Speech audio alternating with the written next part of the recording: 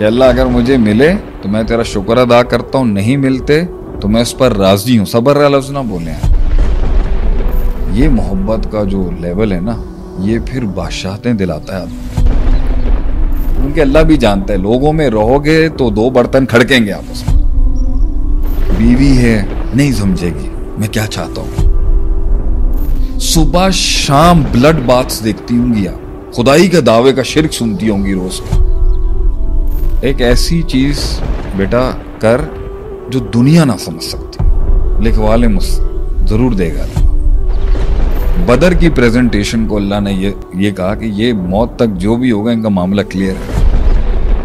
क्योंकि वो 300 ने जो किया है ना, वो रहती क़यामत तक 3 अरब लोग भी नहीं कर सकते। रैंक ले गए, वो रैंक है।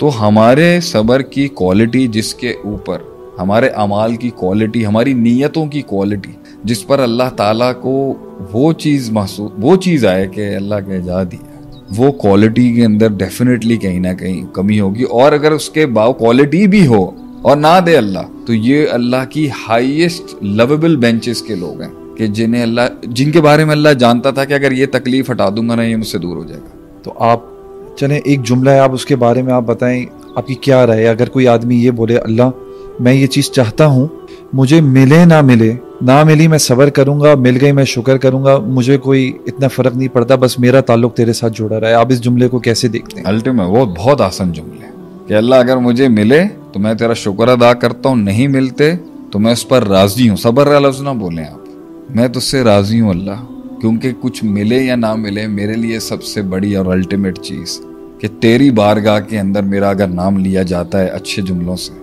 मैं इसको सबसे ऊपर समझता हूँ। मैं तेरे लिए कुछ कट मर के कर जाऊँ, ये मेरे लिए बड़ा है। मुझे मिले नहीं मिले मुझे फ़र्क नहीं पड़ता। ये मोहब्बत का जो लेवल है ना, ये फिर बादशाहतें दिलाता है आदमी। और इन सब चीज़ों के साथ साथ दुनिया को लेना और उसमें जीना, दुनिया से कट के ताल्लुक कायम करना एक महल में तो ठीक हो सकता है, लेकिन दुनिया के फितने में रहते हुए ताल्लुक को कायम करना ये मतलूब है। मेरे ख्याल है असल मोमिन वही है जो लोगों में मिलता जुलता है, दुनिया में रहता है। वो भी मोमिन ही है जो थोड़ा सा डेंट लगा साइड में हो गया, लोगों में रहा, बातें लगी, गीबतें हुई, मामला तो है। क्योंकि अल्लाह भी जानता है लोगों में रहोगे तो दो बर्तन खड़केंगे आपस में, गीबत होगी, प्रोपोगेंडा होगा, हसद होगा। तो अक्सर लोग ये हल निकालते हैं भाई हम और सहारा लेते हैं कूलू कौलन सदीदा का। भाई हम सीधी बात मुंह पे करते हैं, मुनाफिकों के मुंह लगते नहीं, इसलिए यहाँ बैठे। नहीं, आपने मुनाफिकों के साथ भी चलना है। तो मुनाफिक जब अपनी चालें चलेगा और आपका मुनकर जब आप पे चालें चलेगा, तो वो नफ्स पे टोल आएगा ना, जख्मी होगा दिल, उसूल तोड़ने का दिल चाहेगा, दिल टूटेगा, दिल रोएगा, दिल करेगा मैनू मार दवा हूं नहीं खड़े खड़े।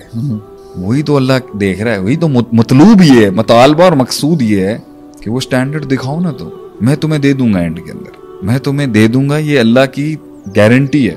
मम्मन यत्तक़िल्लाह यजअल लहू मखरजा व यरज़ुक़हु मिन हैसु ला यहतसिब। ये जुमले बोले हैं अल्लाह ने कुरान, बगैर हिसाब के दूंगा। तू तो वो करना जो इंसानी तकाजे से बढ़ के चीज है। दिल पे टोल है, दिल पे वजन है, बीवी है नहीं समझेगी मैं क्या चाहता हूँ, बच्चे हैं नहीं समझेंगे कि मैं क्या चाहता हूँ, औरत है, ठीक है, आसिया अलैहिस्सलाम को ले ले यार, तो किसकी बीवी है? फिरौन की। सुबह शाम ब्लड बाथ्स देखती होंगी आप, खुदाई के दावे का शिर्क सुनती होंगी रोज का। शी इज देयर, टोल क्या बैठी है वहां पे। इसी तरीके से लोग नहीं, वो कोई समझ ही नहीं सकता होगा। आसिया अलैहिस्सलाम को कौन समझ सकता होगा? इंसान है, उसके दिल के अंदर क्या चीज है, क्या आग है, क्या गैरत है, क्या तकाजे हैं उसके अपनी रूह के, उससे समझ ही नहीं सकता। शागिर्द हैं नहीं समझ सकते, सिस्टम्स हैं नहीं समझ सकते, बीवियां हैं, बच्चे हैं नहीं समझ सकते, दोस्त यार हैं, कोई समझ ही नहीं सकता कि दिल पे क्या चल रही है उसकी।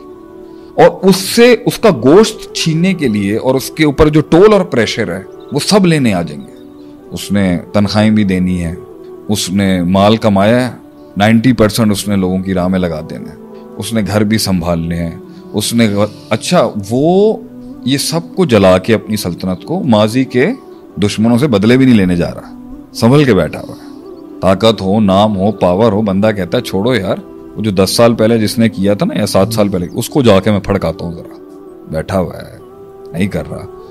किसी का 10 साल का जुल्म है पुराना, उसको जाके मुंह नहीं दे रहा। अपने सिस्टम में उसके लोग हैं जिससे जुड़े हुए, उन्होंने उसके साथ ज्यादती की होगी, बदले नहीं ले रहा, किसी को बोल नहीं रहा, किसी को एहसास नहीं दिला रहा कि तूने ये किया था मेरे साथ। अच्छा, आउट ऑफ द ब्लू उम्र का तकाजा भी इंसान से कह रहा होता है यार मैं फड़का दूं सबको, मैं अब 40 का ऊपर हो गया, मैं क्यों सुनूं किसी की, अभी चुप बैठा हुआ है। अल्लाह नहीं देख रहा होगा उसके दिल को,